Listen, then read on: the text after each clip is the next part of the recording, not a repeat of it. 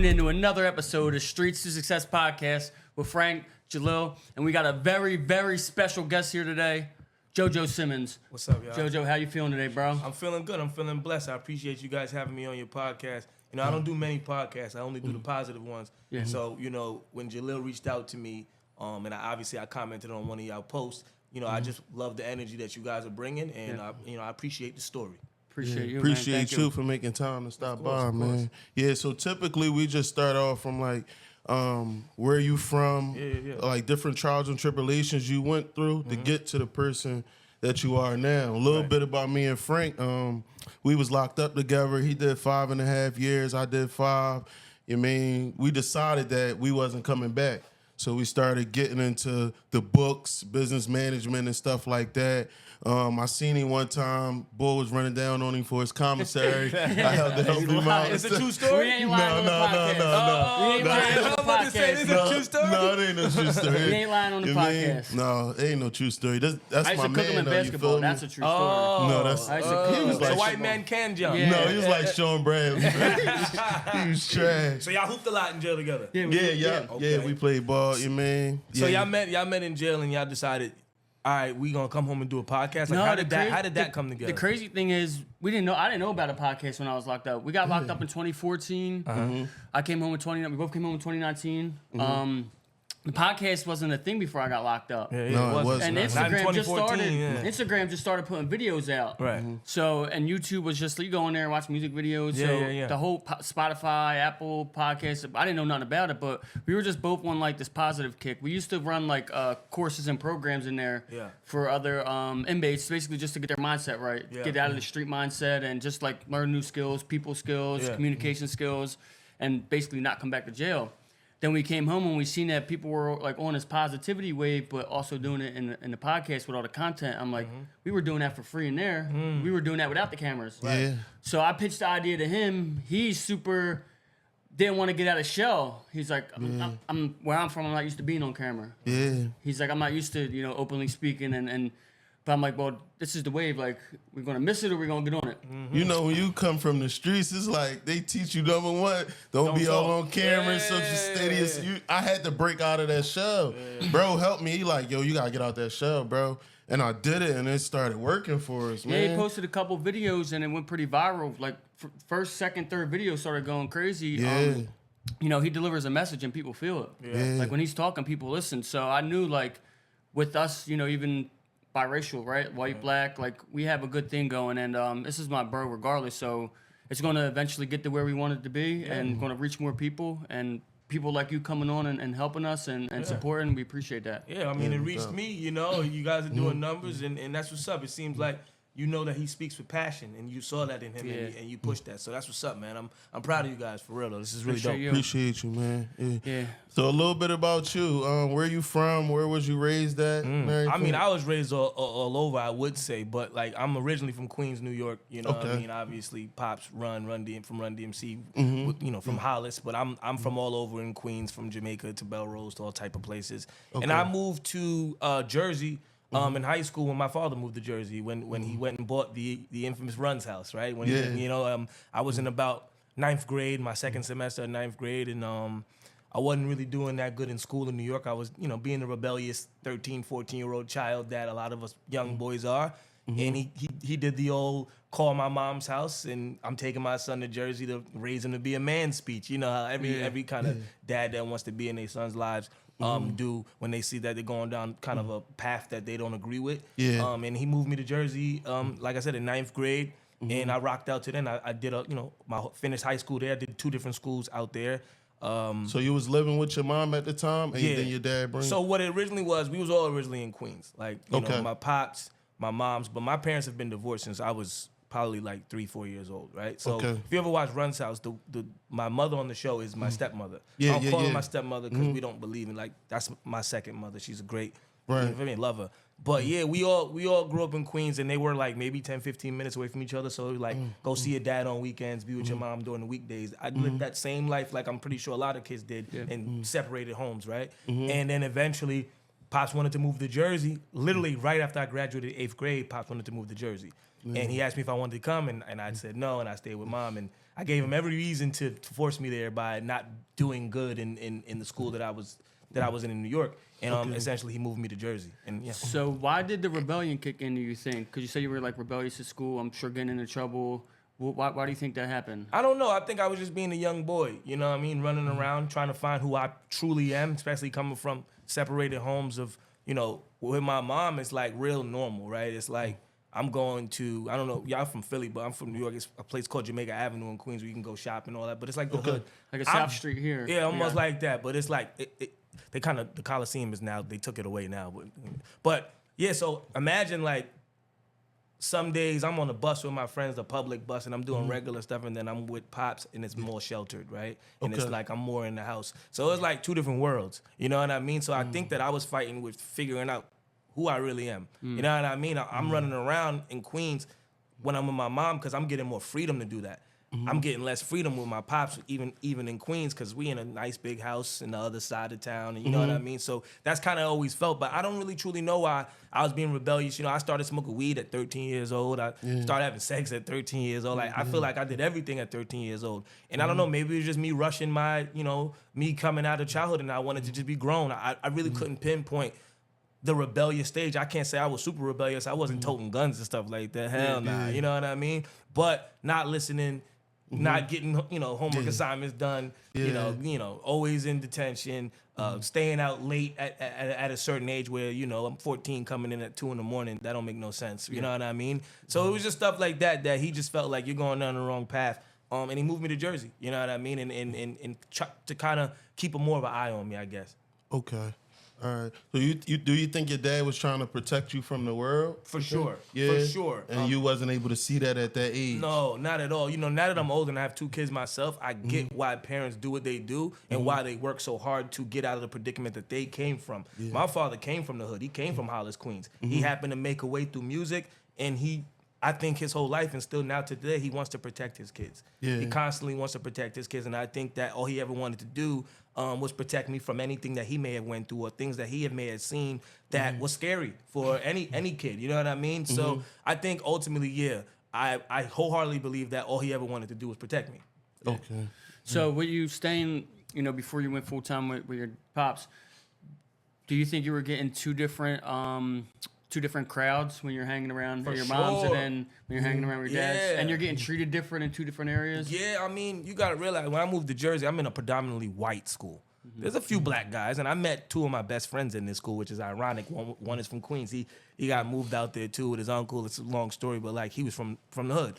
And me and him clicked right away because it was, like, relatability. But, yeah, you're naming, like, on one hand, black kids. So yeah, it's a totally different swag, because when I'm in Queens, I'm seeing more of my race, more of my situation, more of my swag, more of my day-to-day speech. You know how we speak different when you come from certain places. And then I'm going to Jersey, and it's a total like switch. You know what I mean? All these kids are white and wealthy. And I'm not saying I didn't come from wealth, because obviously I did, but it was different. It just wasn't the same like how I felt I was. And I did struggle with fitting in. I remember I used to come to Jersey. When I moved to Jersey, I used to tell a bunch of the kids, like, I'm not here to make friends.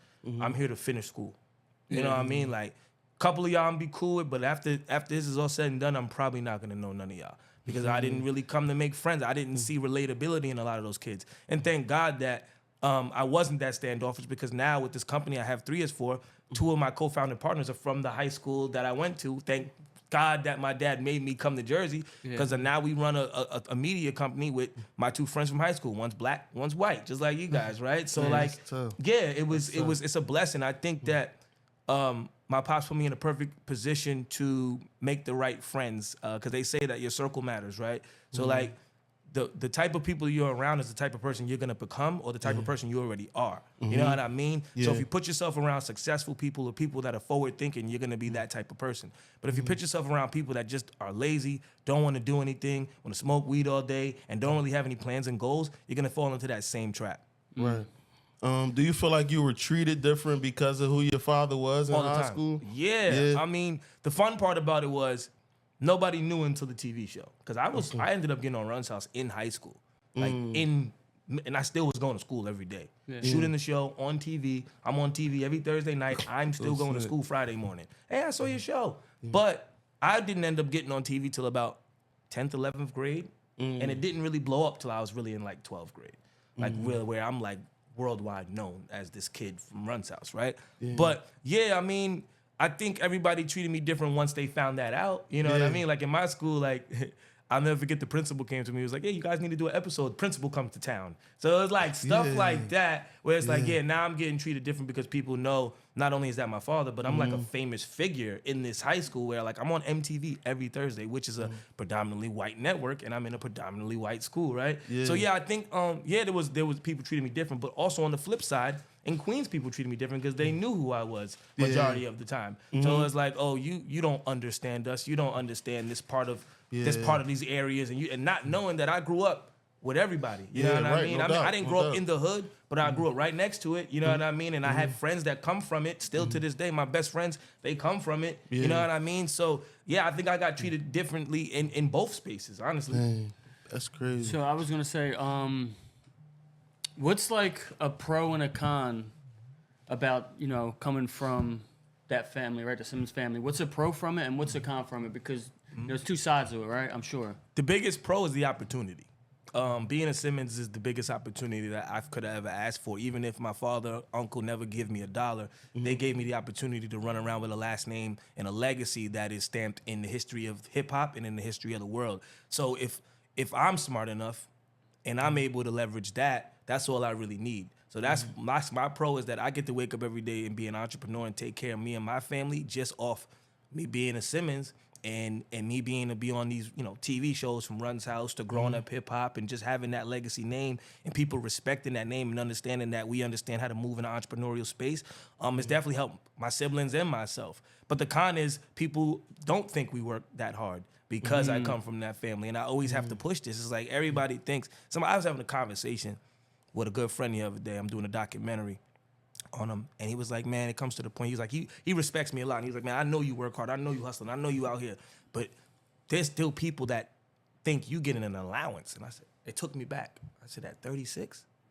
At 36?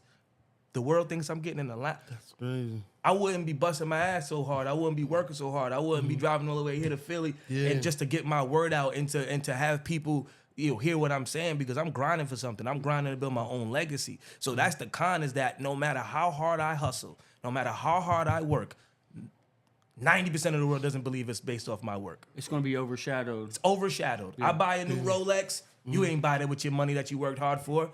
I get a new car. They gave it to you. But it's kind of crazy, though, because if you can, there's a lot of people born into these successful families, right? And they either capitalize on it and use it as an opportunity, or they end up down the roads of, and I'm not even going to say these celebrities, but they go off the rails. Yeah, all the time. So it's like, even if you sustain what you have and was given to you, that's a plus, but you're exceeding it too. Yeah. And I feel like, I don't know, there's opportunities for everyone, if I'm being honest. Yeah. It's all about what you do with the opportunity. Yes. I agree. So you're a motivational speaker. Yeah. You got your own podcast. You got your own media company. Yep. Like, what do you think that you need to do to just say, like, I'm stamping my own legacy? I think I just need to keep working. I need to be consistent. I think I need to let the work speak for it. A lot of motherfuckers could talk about how they work, how they hustle, and what they doing, but if you don't see it, then it's just all talk. You know what I mean? So I just need to get that monkey off my back, like they would say, and really succeed in something where the world sees it. And we building that right now, right? With the media company and the podcast. Like, hey man, we've had some great guests on there. We've had some great conversations, and I'm building. And I love the fact that I love this grind. You know what I mean? Like, I'm impatient like everybody else. Yeah. I want to be successful tomorrow. I want $10 million in my bank account tomorrow. Off my own, Yeah. But it just don't work like that. And what I love is I get to work and hustle for it. I love waking up every morning and grinding. Yeah. I love when my back is against the wall. A lot of people don't believe JoJo's back. I love when it feels like my back is against the wall, because it shows me who I am as a man. It shows me how hard I'm gonna hustle and what I'm gonna do to get that bread. I love closing deals. That's who I truly am. Back in the day I used to rap, do all that, and that was to follow pops. And of course I still love music, but who I truly love to be is to motivate people, and I love to close business deals. That's just who I am. I want to be in the rooms where we closing the biggest deals. That's who I am. If anybody want to ask what is JoJo doing now, I'm out here closing deals. I'm out here in rooms where we talking equity. You know what I mean? I just closed on a triplex yesterday, and there was no better feeling. It's no better feeling than having equity, right? It's no better feeling than having your own. There's no better feeling than saying you have your own, and you did it on your own. You know what I mean? And I'm not gonna sit and say, okay, I don't have business partners and all that, and we band together and make this thing work together. But it takes a team, though, regardless. It takes a team. You know what I mean? And to sit here and say like, none of this is backed by my family legacy is even bigger. Not the media company, not the podcast, none of it. You know what I mean? So it feels good for me to sit here and say like, on my own, I've been able to build equity and I've been able to start companies. Even with my music production company, Who's House Entertainment, we've caught a couple wins. We've had some artists that's brought in some dollars. You know what I mean? So like, that was the best feeling in the world. Like you said, you closing a triplex. The best feeling in the world was to get paid by a label for one of your artists. Yeah. Right. You know what I mean? That's tough. You know what I mean? You're actively signing artists, or is that something? I haven't, because I've been so focused on the media company. I took a little, I'm not gonna say step back from the music company, but it kind of runs itself. Where the most known artist that we have has a manager that works extremely hard in getting her in the spaces and places that he needs to, and whenever he needs to lean in and tap into whatever resource pool that I could put towards it, I'm gonna do that. But I've been blessed that I used to run around with artists a lot for years, man. Yeah. And that shit is hard. I spent a lot of money on artists. I spent a lot of pocket money on artists. Me and my partner spent a lot of money on artists, and they never came back. So I think God set it up to the point where like this artist that I do have signed to me, she has a manager that really, really, really believes in her and wants to run around with her. And it's made it easier on us. It's like, all right, just tell us what you need and do what you do. So yeah, I have a few, but I have one that we really kind of push a little bit more just because I'm busy, man. I got so much things going on. And the music world it's a harsh world, man. It's a harsh world. Yeah. I want to go back to high school. Excuse me. Talk to me. When the show first aired and the principal came up to you and all of those things, did that affect your education? Do you feel like that affected your education? Nah, my pops wouldn't allow it to. He let me know I had to graduate. Okay. And that I had to have decent grades. None of that ever affected schooling. And I was never a straight A student, so I can't sit in. But I got by. You know what I mean? I was able to graduate on time and pass. But Pops made sure that we took school serious. We was coming home to shoot episodes, and it was like, you still gotta get your homework done. You know what I mean? You still gotta go to school in the morning and then be there on time. And I'm still on school bus. Yeah. Like I'm getting taken into school. I mean, my last years I had a license, so I'm driving. But like, I was taking school bus. Wow. Also, I wanted to hit on. Do you feel like did your dad ever have like just a vision for what he wanted you to be outside of what you wanted? No, he's never. If he did, he's never told me. You know what I mean? I think my pops has always been super vocal of supporting me no matter what. I did. I think he always gave advice when it was needed, and I was like one of them young boys. I never wanted advice. Like a lot of young boys, we always think we know it all, and I'm sitting here with the king of rap, and I'm not taking no advice at a young age. But yeah, He's never like pushed me towards anything. He maybe said, "Hey, you should do this," but he's never like pushed me towards anything in particular. He's just always proud of every turn that I took. So I want to talk on. Did you naturally want to get into music because your family was? And for like how long did you try? And then you said, maybe I should do something else. Yeah, I mean, from birth. I remember writing my first rhyme at 5 years old. You know what I mean? I wrote my first rhyme at 5 years old, and I showed my dad, and I just remember like he's proud of it. And I just kept writing and rapping, and obviously I speak about this a lot. My dad being who my dad is and him being in my life, of course, when you have a great dad like that, you want to be like him. And I idolized him growing up, and that's who I thought I was gonna be, was Mini Run, you know what I mean? So yeah, that mixed in with I do love music. Like I'm a music baby. I need to have music. It helps with my mental health. It helps with my state of mind. So like I love music, and it's probably because I was born in it, right? But yeah, I could say probably because maybe if my pops was a dentist, I probably would have been a dentist, right? It's all about what you see in the household. And I saw music, and I saw rap, and I saw entrepreneurial spirit. And that's why I'm what I am today. Like, yeah, I tried to rap for many years. And I caught a few wins.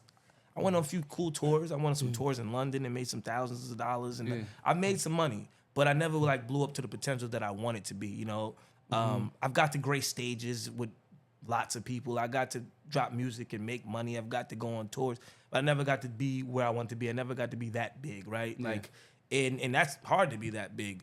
But I think the moment where I finally was like, all right, I'm gonna fall back from rap, although I still have fun with it every now and then just because I like to do it, was when I started the label. I was like, all right, it's time to step into business role. It's time to stop rapping and go find me some artists that I believe in. That was the real aha moment for me. Like, all right, be more Russell, less run. You know what I mean? Yeah. It's like, be more like Unc, less like Pops. Because that's who I really, you know, saw growing up and was like, wow, this dude is, you know, he's always on his phone. He's always closing deals. He's got, you know, he's really successful. And I realized that, like, having both of them, looking up to both of them, I had options. You know what I mean? I was like, I don't have to be at the forefront all the time and be the rapper. You know what I mean? I could be behind the scenes and get the bag regardless. And I enjoy that more. Like, well, I don't want to cut you off though, but it's good. You had like the privilege of seeing that. Yeah. Because a lot of people growing up, they want to be the star. They want to be the one on stage. That's what they get to see, but they don't know the person that's behind the scene is probably making as much, if not more, than the person that's even just on the as stage. Big. Yeah, I mean more most of the time, because if you think they got one artist on making a lot of money, if they have 10, then you know what I mean? Like that artist could be making a whole lot of money, but a person can have a management company or a label with 20 artists on it, each doing a few million a year. You do the math. Yeah. It's always better to be the CEO. Yeah. Right. All right. So back to your story. High school, graduated. What was your plans after that? Music. You know, I signed my deal on Run's House with the group Team Blackout. Some people knew about, and I thought we were gonna be out of there. You know, we signed a deal with Koch. It was a label through Koch, called Latchkey Records, and we signed a deal on TV. And I was also buku famous, so I was making hella money off hostings and just being me. Yeah, it was like lit. You know, when you lit, you lit. Yeah, no doubt. I really didn't have a plan. I just was like, I'm living life. Like I'm figuring it out. That's my problem. At a young age, I didn't have a plan. And that's the cons of also probably growing to where I grew up was there was not enough pressure at one point to be something. You know what I mean? In my opinion, it was more like you're set up. Not only are you set up because you come from a good legacy, you were put on TV to be this persona where you can go, your face sells, you know? You can make money off your face card. Yeah. And it was very easy for me for years to just do that. You know what I mean? Just be JoJo. You know what I mean? And show up and get paid and be JoJo and keep it rocking, you know? Fame, me being a well-known person definitely helped me close deals that I probably would have never closed if I wasn't a well-known person. How old were you when you realized that? What? As far as like you should have had a plan and stuff like that, everything planned out. Like around what age was that? Probably when I had my child. When I had my first daughter when I was like 27, and I was like, damn, I really don't have a plan.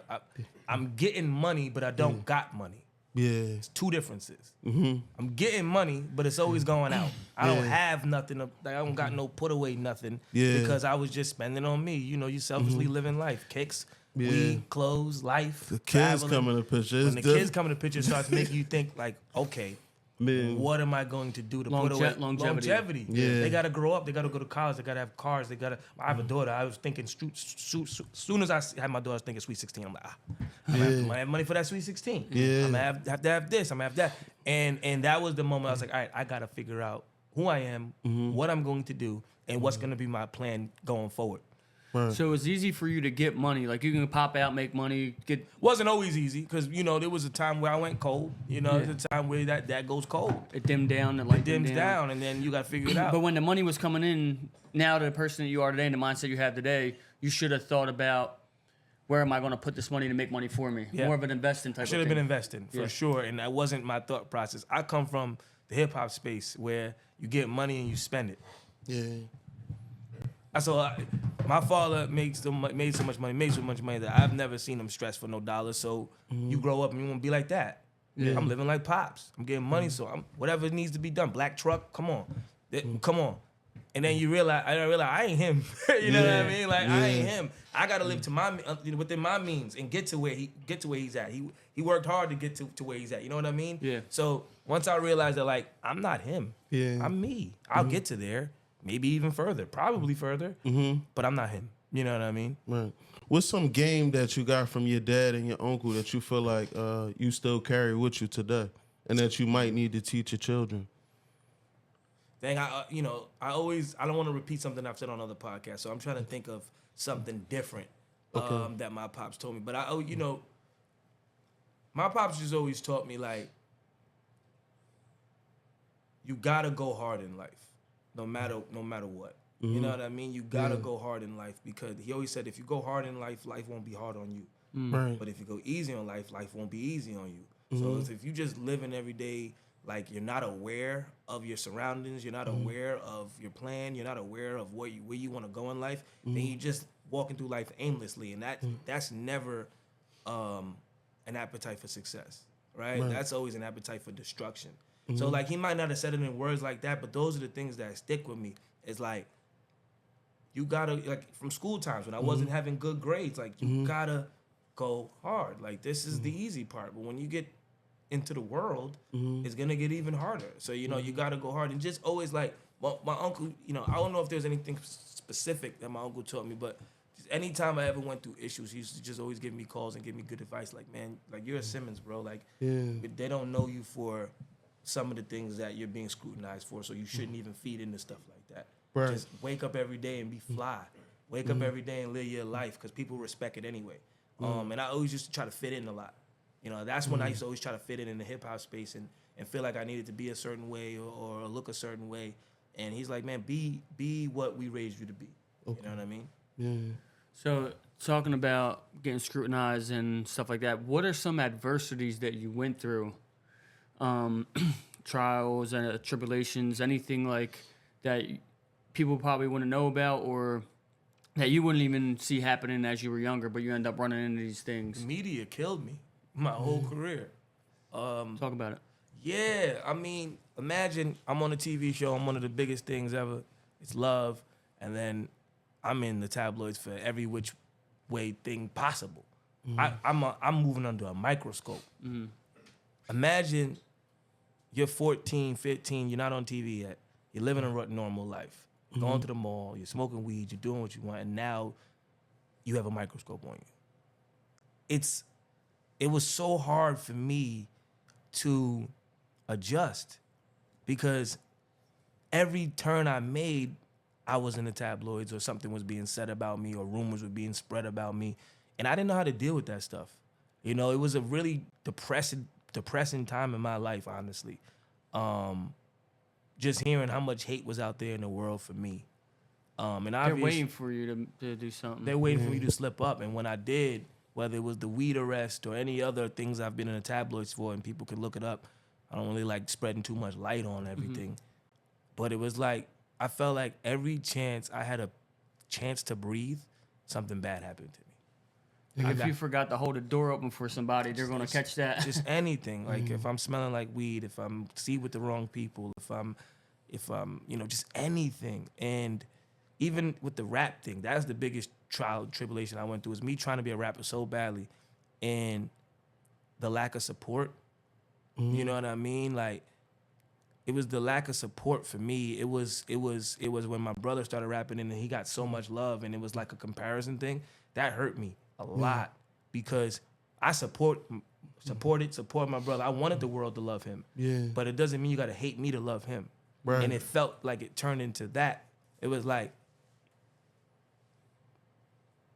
man, it was just a lot, man. I used to go out in public and people used to say things certain times to just try to hurt my feelings. And I used to just sit there.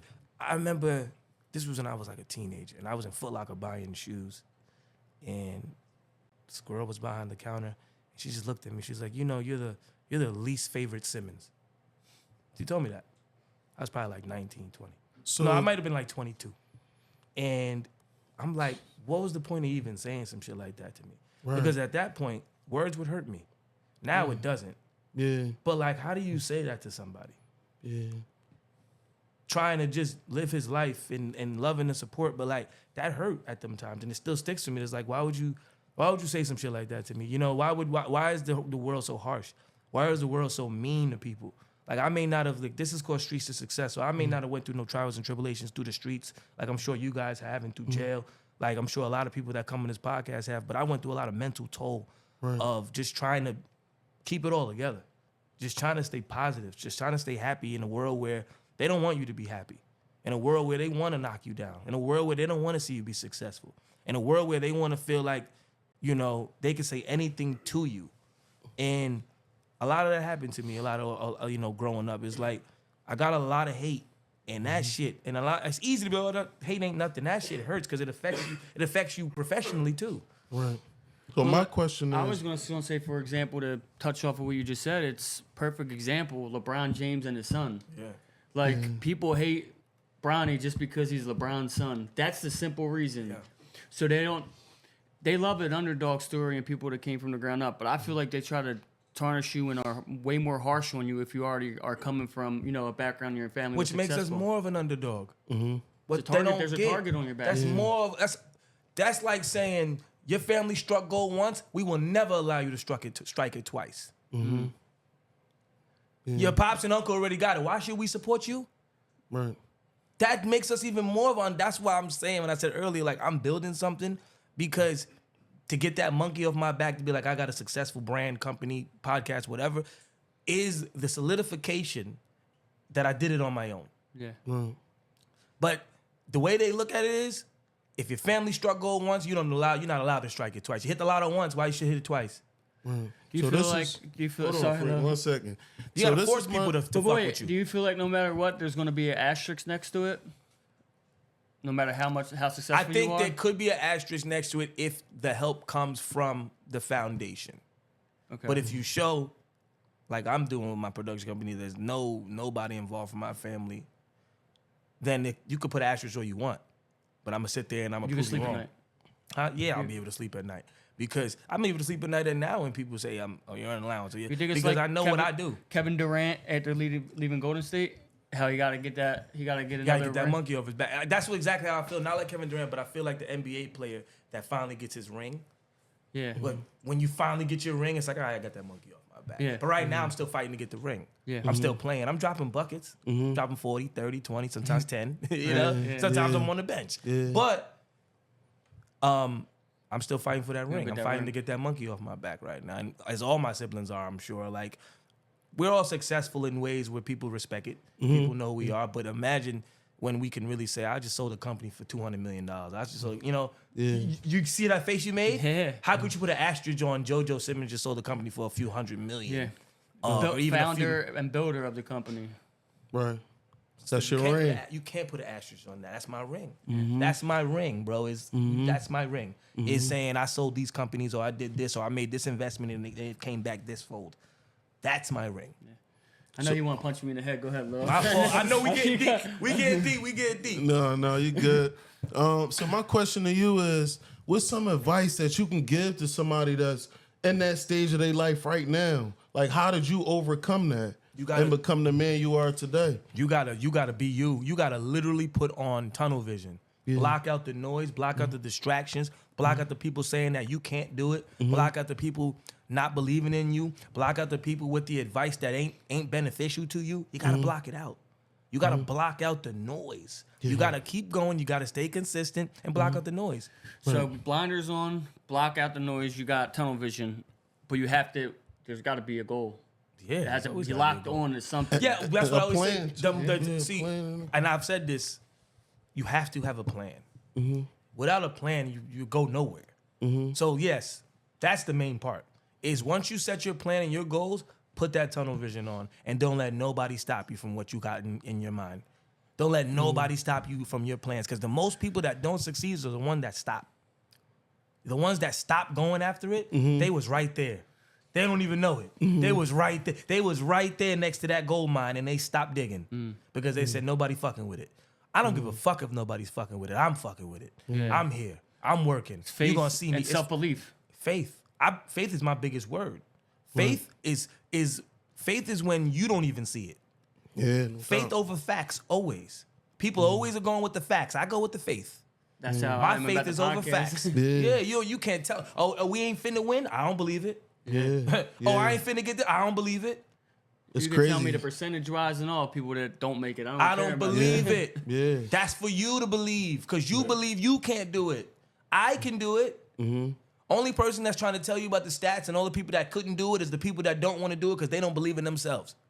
Right. Frank just posted something like that the other day. He was like, faith and fear are two things that you believe in that it's not even there. You got to choose which one. Fear is just a word. What are you scared of? Right. My whole thing is like, what are we afraid of? We're afraid that we're gonna fail. Okay, you're failing by not doing anything. Yeah. What are you afraid of? There's nothing to be afraid of. The only thing on the other side of hard work is success. It's been proven from the gym to the consistency of content. Everybody's gonna tell you the same blueprint. It's consistency. Keep going. And long enough. You have to even when you don't feel like doing it, do it. The thing is, with a lot of it is sometimes there isn't a set like, oh, do this for 2 years and you're going to be successful. It might take you 5. It might take you 10. It might take you 20. It might take you 20. There's so many artists that have been trying to get in the game and got in 20 years later. Yeah. I mean, there's artists that popped in their mid-30s. 2 Chainz. Here you go. Yeah. Jelly Roll. Yeah. That's why I say you can't believe people. You can't believe other people's words. Other people's words is not your problem, it's their problem. Yeah. They try to project that on you. You can't let somebody project that on you. Yeah, no JoJo, doubt. do you feel like this is the most locked in you've been? Oh, yes. Man, I've never been so locked in because I have a clear plan. I have a path. I know what I want out of life. When you don't know what you want out of life, you don't know how to lock in. I know exactly what I want out of life. I think I told you a little bit of it here, but I just want to win. I just want to close the biggest deals. I want to win. I want to be in the rooms where it matters. And I also want to make a difference in the world. That's why I got the For Good podcast, because I speak positive conversations like y'all, because I'm trying to make a difference in the world. Yeah. I marched a couple years ago in front of the White House to reschedule the cannabis drug. And now Trump's about to do it. I was there walking around with Last Prisoner Project, front lines, on the stage, yelling at the White House. Joe Biden probably wasn't even in there. You know what I mean? But I was there. I want to be there. I want to show up. I want to do things I want to do. You know what I mean? And I want to show up. For me, coming from a philanthropic family, I'm always going to be a philanthropic person. So that's always going to lead. That's what I'm always going to lead with is this benefiting the world? Is this benefiting the people? And that's why I did the podcast, because it's benefiting people. Yeah. I got people coming up to me when I travel, when I'm in airports. Oh, my God, my son looks up to you. He loves your podcast. Oh, you speak so positive. Oh, thank you for this. Thank you for these conversations. You know, thank you for bringing up people that may not be A-list celebrities, because that's what it's about. Everybody has a story. That's why I'm on here, because you guys preach the same thing. Everybody has a story. We're not just interested in the biggest name story. We want to hear everybody's story. People want to feel relatable. Yeah. People want to relate, and people want to feel like they've gone through something you're going through. It makes you feel better. It makes you feel better. You're You're like, alone. I'm not the only. You're not alone. You're not alone. Right. That's it. Dang. So what's your goals for 2026? More wins. Yeah. More wins. My media company, we sell on a few projects. We've been pitching a few projects, so I hope to get that monkey off my back too and sell a project this year, whether it's one of my documentaries or scripted shows or unscripted shows. We work on all of them. And to keep on winning. You know what I mean? Like, I want to sell those shows. I want the podcast to keep on growing. I have a co-host I'm adding. Like how you guys have, I'm finally gonna add a co-host. So I don't want to give the name away, but it's a big name. Yeah. It will be a female, so that's gonna be fun. And yeah, we just constantly waking up every day and asking ourselves, how do we grow?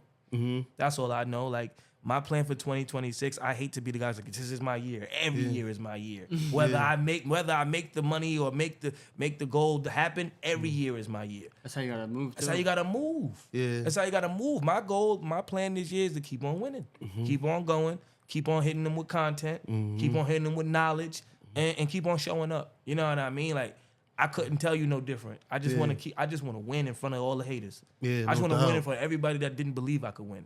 That's my goal in life. That's why they ask me, how am I so locked in? Because I don't give a fuck about what a motherfucker think about me right now. Facts. It's crazy. At some point, you used to care. I used to care so much. It put me in a depressed state, like I said. Caring too much about what other people that don't even know me thought about me put me in a depressed state. And now I'm like the opposite. Now I'm preaching and telling people, don't listen to the people. Because I've been through that for you. I've been through that. I've had those times where I didn't feel empowered or strong or ready. I'm ready. I'm strong. I'm powerful. I'm knocking doors down. Yeah. You know what I mean? Yeah. What's something That's else? tough. What's something else that you're passionate about outside of family, outside of business? What's something else that someone might not know that you're passionate about? speaking on mental health. Because I love that state of vulnerability for me and for men. Like, that's what my podcast is about, is bringing you into my space and making you feel safe enough to talk about anything. And I think as I've leaned more into my mental health and speaking about it and advocating for it, it gives me a sense of peace. It, like you said, it helps me show that there's people like me going through the same things. So I'm passionate about mental health. I'm passionate about the cannabis space, not just selling the weed, but teaching about the weed and educating the world on the benefits of the plant. You know what I mean? Like, I'm passionate about all that. That's why I'm an ambassador of the Last Prisoner Project, because too many black men are arrested for the same plant that they're making billions of dollars for right now. I'm passionate about showing up, bro. Like, a lot of people ask me that, and I'm passionate about what I do every day. So whether it's my business or my family, that's what my passion is. You will never not see me doing something that has nothing to do with my passion. So every day I just wake up and I love doing what I do. In the gym, too. I love the gym. I'm a gym freak. I love the gym.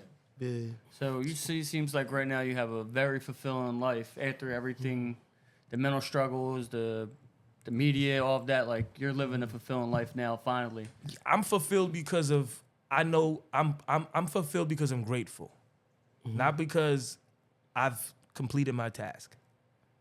My task is still being completed. I'm still working towards it. But when I move with gratefulness, I move with being grateful every morning that I woke up with breath in my lungs.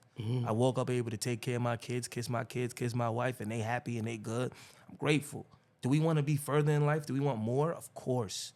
But I'm always thanking God for what I have. You know what I mean? And not ever being mad at what I don't need. You know what I mean?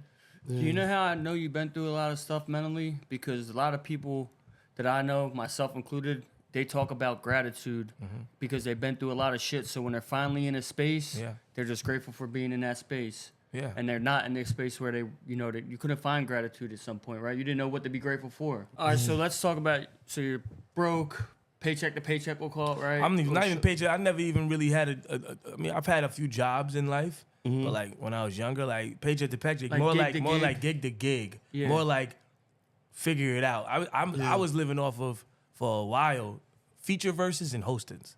Yeah. I was making it happen though. You know what I mean? So like, as much as people didn't like my rap music, a lot of motherfuckers was paying for features. You know what I mean? I'm getting $1,500 a verse sometimes if the video come with it, you know, 4G. And you gotta realize, I was always a motherfucker that understood volume. So I'm like, all right, if this motherfucker give me 1,000 or 1,200, I can get 5 more to do that this week. You do the math. I did a decent week. You know what I mean? And that's how I used to live. But then when my daughter came, you realize that that's not sustainable sometimes. Yeah. Because you get a nice little bag, and then that may last you 3 months. But what are you going to do 6 months from now if another bag don't come through, right? So that was what I was fighting with when I first had my daughter. When I first had my daughter, I think I had like $6 to my name. I'm not even joking.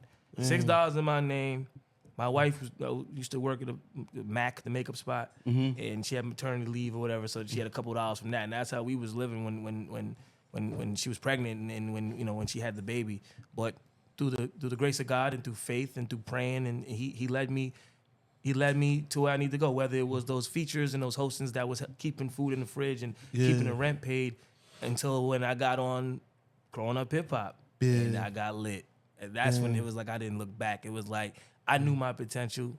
I charged what I was worth. And I've been rocking since. I've been really figuring it out on my own since. Yeah. So how was parenting for you so far? You got a son and a daughter, right? I got a 9-year-old daughter, 4-year-old son. My son's named after me and my pops. Okay. I'm very proud of that. The third, yep. And I love it. Being a dad turned me into a man. I said that I did this on Rap Dad's podcast show. I was saying how it turned me into a man. It made me realize who I really am as a man. I was a little boy before I had my kids. And now having my kids, I realize that the responsibility is realer than most that you have to deal with. When you have to take care of others. And my wife's a stay-at-home mom, so I take care of the crib. I'm the provider. You know what I mean? So that's me. That's all me. And I love it. I do it with pride. I feel proud doing it. I'm the assistant coach on my daughter's basketball team. Oh, that's tough. I'm a very hands-on dad. I've always have been. I was at every doctor appointment. I made sure that I'm intentional about being a dad. I love being a dad. I love, that is my favorite thing to do. I mean, it's annoying at times, like any other parent. You get annoyed, but It keeps me going. It gives me purpose sometime in life. When I feel like I can't keep going, I got to remember who I'm doing it for. I'm doing it for my kids. You know what I mean? And just their look on their face when dad can make it happen is the biggest feeling for me. So when you asked me, does my daughter have, does she run me? Yeah, they both run me. Yeah. Of course they do. Is there anything different that you would do from the way you was raised to raising your children? I don't know. I will say this. I don't want to say, because we all grew up with the same kind of upbringing. We got hit a little bit more. Yeah. I got a lot of whoopings. I got my ass beat. Like a lot. Because I said I was rebellious. Yeah. Even in grade school, rebellious. Didn't want to do homework. I think everybody back in the 90s. We got our ass beat. We got our ass beat. Bad. Yeah. I mean, beat. And I don't want to carry that, and I didn't want to carry that. I don't feel like it's the proper way to punish. Yeah. I feel like it's more barbaric. It's a barbaric way to punish. I don't regret it either. I'm not saying, oh my God, I was traumatized because we needed that shit. You know what I mean? But you're trying to parent now to where you don't need to do it. I don't want, I'm parent now, I take shit away. It hurts them more to take away what they like than to hit them. Well, because take away that phone and take that away tablet. that iPad, all that. It hurts her more than me putting hands on her. Because what I learned growing up, when I got hands on me, it just gave me animosity. It just made me mad at the person hitting me. And not that it didn't make me not respect them, but it made me like, why you had to hit me? You know what I mean? For doing wrong. Instead of, now I'm realizing we could just take things away. And it hurts them even more when you and you got to stand on it. A lot of times these days, these parents ain't standing on shit. They take it away for 5 minutes and they're giving it right back. You're not going to get a respectful kid that way. Right. You know what I mean? And so that's just, just not to jump too much into it, but like, that's just the difference of just how I'm raising mine is I'm not putting hands on them like that. I'd rather just be stern and take things away. But when it comes to the life lessons, I'm taking all those with me. Everything my dad has taught me and my mom has raised me to be, I'm taking all those life lessons with me, and I'm implementing that into my kids because they were great life lessons. They were life lessons that taught me to be grounded, be humble, and stay working hard no matter what. That's why I am the way I am. I saw my father be the biggest star in the world, and my mother is a grade school teacher for special education I had for most of my life. That's a person living a decent middle class life and somebody living the highest of all lives, right? And the difference there is it helped me understand both sides of the world. So that's why I said it earlier. It was like hard for me to fit in both spaces because I come from both spaces. I come from Queens, being a regular kid with my mom in a house that isn't as big as my father's house, in a house where there's 1 bathroom. You know what I mean? And then I'm going to a house where there's 5 bathrooms. And I have to make that example, but I need you to paint the picture. I'm painting the picture for you. Yeah. Where it's like, I had both of the situations, the best of both worlds, you would say. I'll never want to say I was ever raised in the hood. I never had to struggle for anything. I never was eating syrup sandwiches. It's 2 different environments, though. But it's 2 different environments. You know what I mean? I see my mom hustle for everything she have. I see my mom get it. I know how to get a good discount because of my mom. I know how to go in the store and be like, go see if they got a discount. Or see if they got a special going on because of my mom.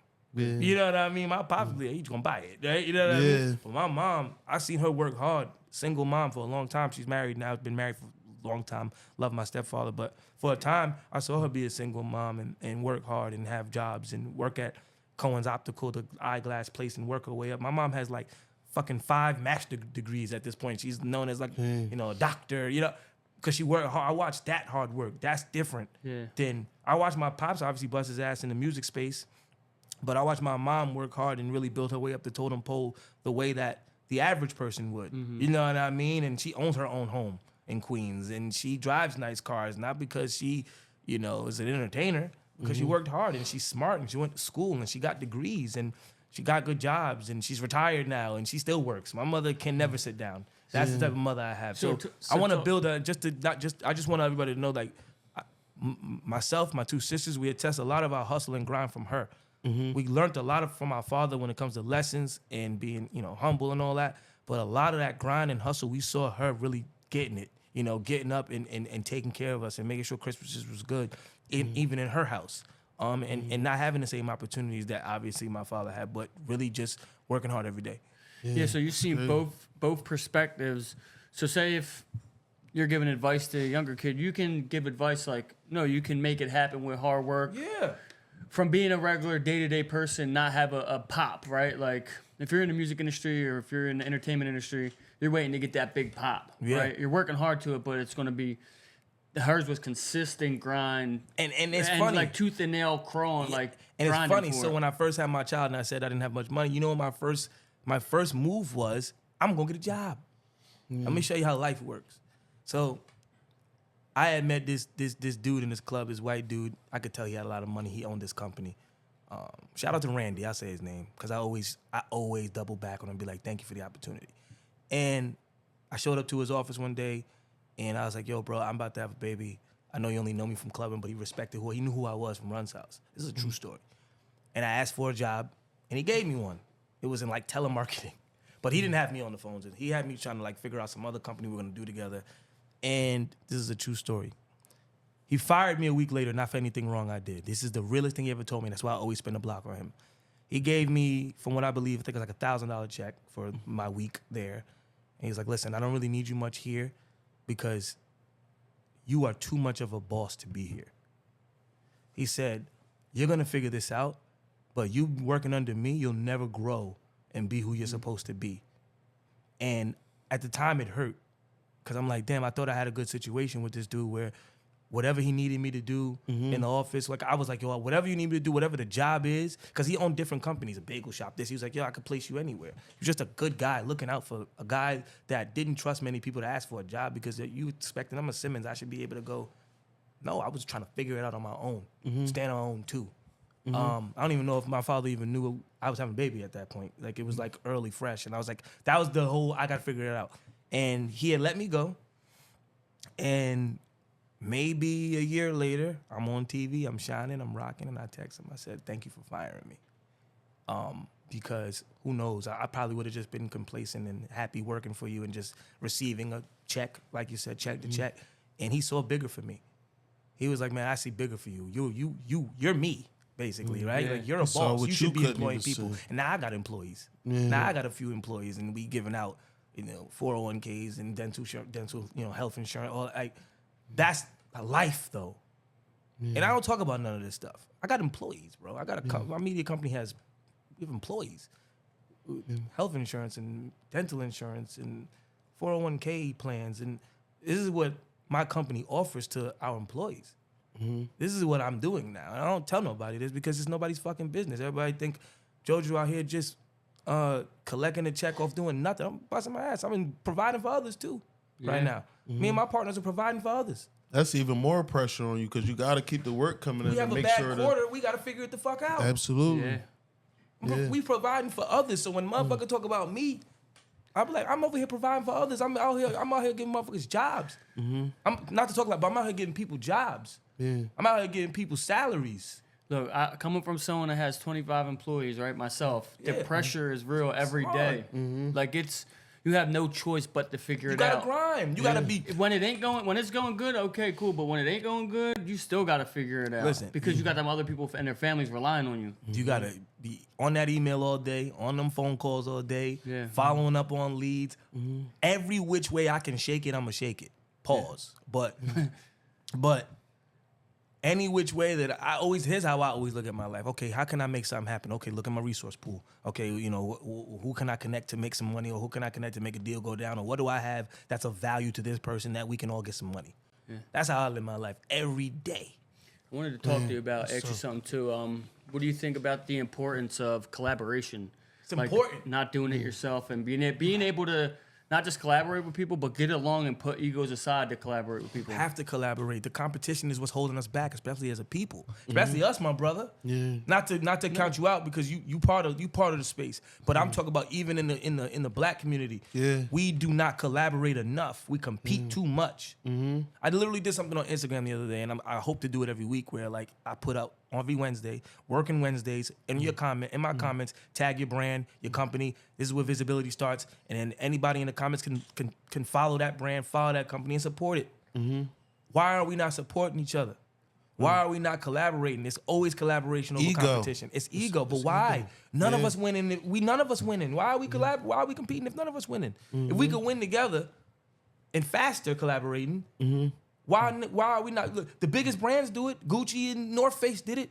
Yeah. Louis and such did it.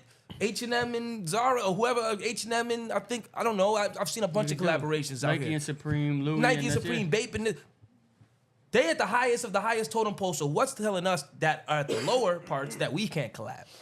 If the ones that's really getting money are collaborating, why are we not taking that blueprint and saying, no, we need to compete? People are scared, probably. People are scared you're going to take their shine. Yeah, that's what it is. It's scared. We can shine together. Yeah. There's a lot of stars in the sky. I've never seen another star shining brighter than the other one in the sky. They all shining. Yeah. We can all shine. Somebody gave me some game and said, nobody truly wants you to do better than them but your dad, but your father. In some cases, that's not even true. You know what I'm saying? Not for me. I always want to see somebody do. I don't care if you do better than me. Yeah. I heard something, and I think Nipsey Hussle said it. And I even think, Nipsey Hussle said it. That's my guy. Rest in peace. He was my guy. Right. Love him. He said, I don't want $1 more or $1 less than I'm owed. I just want what I'm owed. I don't care if you make $10 million and I made $3 million. Right. That ain't none of my business. Mm-hmm. You know what I mean? Yeah. And that's the problem. People pocket watching too much. Absolutely. People right. are worried about what somebody else is getting and not worried about what they got. I don't care what you got. As long as I got what I got. You know, I'm not looking at what my investors are getting when it's time to break down. I'm not looking at what whoever had. I got this percentage. It look right? Cool. Yeah. I'm happy. And that's the problem. People want to agree to something and then walk back because they see somebody else doing more. I don't care about somebody doing more. I see that in the real estate space. Like a wholesaler bring a deal, and then after the deal's paid for, like I just bought a triplex yesterday, but the wholesaler made 20-something thousand off of it. Yep. And someone made the comment like, damn, you're going to do all this work, and he just gets 20 just for finding a deal. I don't care. I'm making mine. You don't care. That's got nothing to do with me. Yeah. That's already been written in the budget. I don't care. But there's people out there like, that's why I don't like wholesalers because of this and that. That's what they're doing. Bro, pay something for whatever they found the way that system that works for them to get the deal and give it to the other people, that's good for them. It ain't your problem. Yeah. You agreed on something. Exactly. You're gonna keep it moving, and you're gonna make your money off of it. Yeah, like people just pocket watching too much. People looking at other people's plates. Eat your own food. Yeah. You know, eat your own food. Yeah. What do you think that we can do, like, as a people to get over that being in competition with each other and, like, working together? Like, what do you think that could be done? We got to put our egos to the side, but I don't know if that's ever going to happen. Yeah. There's always going to be people with ego. And ego's not always a bad thing, but in the sense of not collaborating, and it's a bad thing. You know what I mean? So I just think that we have to put our egos to the side and realize that as a unit, we're always stronger. Yeah. It's always been proven that people... power in numbers, strength in numbers, strength in numbers. Yeah. And I think a lot of people are misinterpreting that because they want it all. And sometimes they don't want just a slice of the pie. They want the whole pie. Not all the time can you get the whole pie. You know, that rarely happens where you get the whole pie. You know what I mean? You get a slice or two and be happy. You know what I mean? Because it's about teamwork. And I think when people can understand that we can all win together and we don't have to compete against each other, even in the same space, is when we can stop that. But I don't know if that's ever going to happen because as much as we understand it and we're on a higher, level of thinking, everybody isn't. So, you're a product of your environment. And if you're in an environment that's preaching that and you're in an environment that's comes from that, it's hard for you to see anything different. It's hard for you not to hate when you're in a hating ass environment. Yeah, no doubt. You know what I mean? When you coming up in a place where everybody's hating on you and everybody that walks around, it's hard for you not to start hating. Because you in an environment where motherfuckers is hating. You got to be really mentally strong because I'm going to tell you this, from being in prison, it's negative people. It's a lot of masculinity in there, a lot of people angry and, not a happy place to be. So to be mentally strong, I used to just block it out. Like I would just regroup and go myself. I'll read. But like it starts to rub off when you're on there. And when you're trying to be positive. When I only got 3 years, but you got 20 to do, now you're mad. You know what I mean? You're mad at me because I'm about to go home. I saw something online about a guy that just came home and said that. He was like, man, when I was in jail, I stayed away from all the negativity. He's like, it's just not much positive shit in there. He's like, but when you find somebody that's on the same mind, like-minded like you stick around that. Yeah. He said, because that shit could easily just bring you down. You know what I mean? And you can be part of the negativity.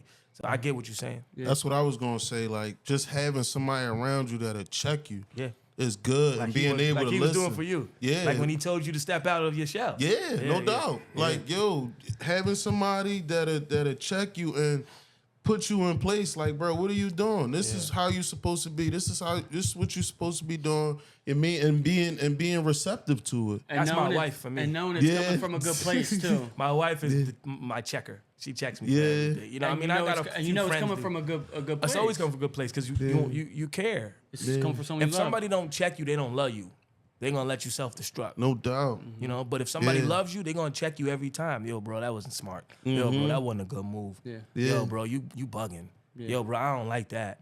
Yo, bro, that's corny. Some motherfuckers be scared to tell their friend that's corny. That shit corny, bro. That shit ain't it. You know what I mean? And those are yes men. Get them away from me. Far away. All my friends know. Don't tell me yes if it's no. Yeah. Tell me I look whack. Even if you hurt my feelings, tell me I'm saying something whack.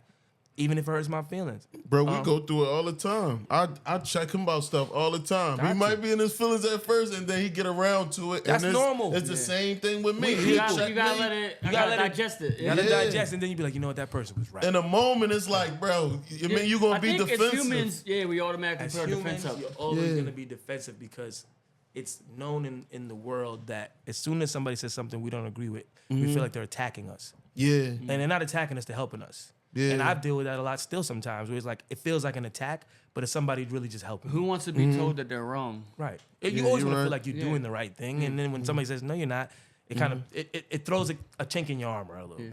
Yeah. Well, you being from New York, your accent isn't as strong as I thought it would be. I mean, I haven't, you know what it is? I think now that I talk, I try to talk clearly, loudly, and with digestible words. Okay. Because I can easily get into this type of shit if a nigga wanted to get into this type of shit. Where I can just talk like this. I didn't hear you say son once. Because we don't say son in New York like that. No, like, no. It's so funny because son is such an old terminology. Yeah, we still say it like if I hurt myself, like, oh, fuck, son, or damn, son. But like, we not like, yo, what up, son? That's like so 90s to me too, early. Yo, what up, my boy? Listen, I'm old now. They saying my heart and stuff in New York now. Like, I don't live in New York. I'm in Jersey. So like, I'm not outside with those type of people anymore. But I could tell you one thing: we ain't saying son like that. We say it on some like it's normal. It'll be in our everyday vocabulary, but it's not like how it used to be. Like so strong and it's not like, yo, what up, son? What up, my son? It ain't that no more. You know. But like I said, it may slip out every now and then. Like, I don't know. Like it just gets used less frequently, I guess. Yeah. Joe, I got a question, but it's more so. I want your advice, right? Talk to me. So, with you being in entertainment and the media space now, what's some advice you have for us for this podcast and this platform that we have? Keep on doing what y'all doing and be authentic. People know authenticity and they feel it. And keep on telling the stories that people can really lock into. You know, we're in a space where content is king. And if you have the right content, you can keep people locked in. And like I said earlier, treat your podcast like a piece of land. You know, motherfuckers want to move in. Motherfuckers want to come look at it. You got to treat it like a piece of land. You got to be consistent. Even when the days where the numbers don't match up and you're like, yeah, man, this ain't doing. You got to just keep on going because obviously you're way further than you guys were when you started. You guys came from fucking jail. You guys lit. Y'all lit. Y'all got some followers. Y'all got a community. Y'all doing the right thing. You know, the right thing is to keep on doing it. The right thing is to stay consistent. And, you know, the right thing is to keep on asking yourselves, how do you grow every day? Don't get too complacent with the success and don't get too complacent with the victories. Because a lot of motherfuckers get complacent with the victories and be like, oh, I'm good. We rocking. Nope. How do we grow from this? How do we grow on that victory? So it'd be hard for me to tell y'all what to do because I feel like y'all doing it. You know, you guys got me locked in. I see the great interviews. You got people commenting. You know, I just think that y'all just got to keep on going. And like I told you earlier, reach out to sponsors sometimes. Sometimes people be waiting on sponsors or waiting on, you know, the big, you know, sometimes you can reach out to your neighborhood, local people that need the eyeballs that you guys provide. Yeah. You know what I mean? You may not provide millions of eyeballs yet, but you're providing eyeballs, a couple thousand eyeballs or whatever it is, a couple 100,000 for companies that may need that and are willing to pay for that. Yeah. You know what I mean? You got to get out here and just grind and just hustle. But you guys are doing it right. You know what I mean? From the name to the conversation to the type of guests you guys are getting, you guys are doing it. You don't need no help from me. Appreciate you. Appreciate you, of course, brother. Little off topic. The music industry. Did you ever like foresee the music industry being the way that it is right now? Oh, like man. coming from the blueprint era and up to now with the melody and stuff like that? Like, I didn't. I think the music industry is just based off the fan base. You know, it's based off the generations, and music is always going to be controlled by the YNs, I would say. It's always going to be controlled by the young boys and the young people. Like, that's who's going to set the tone. So, like 15 to 25. 15 to 25, you know, maybe going into 30 a little bit. But those are always going to be the people that are going to tell you what's hot. Yeah. So I could never tell you that music was going to be like this. But I would say this. Music is just music now. I feel like there's no genres. Even when you hear rap music, they harmonizing and stuff. And it's like they stepping into other lanes. So I just feel like I call it music now. Do you feel like 50 started that? The harmonizing?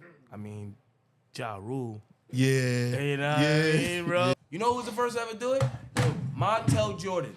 Oh, no shit. Way. Yeah. This is how we do it. He did a verse at the end. Oh, yeah. He's the first to ever. Once upon a time, not long ago. Was he not the first? But he was kind of an R&B boy. But was he rapping, though?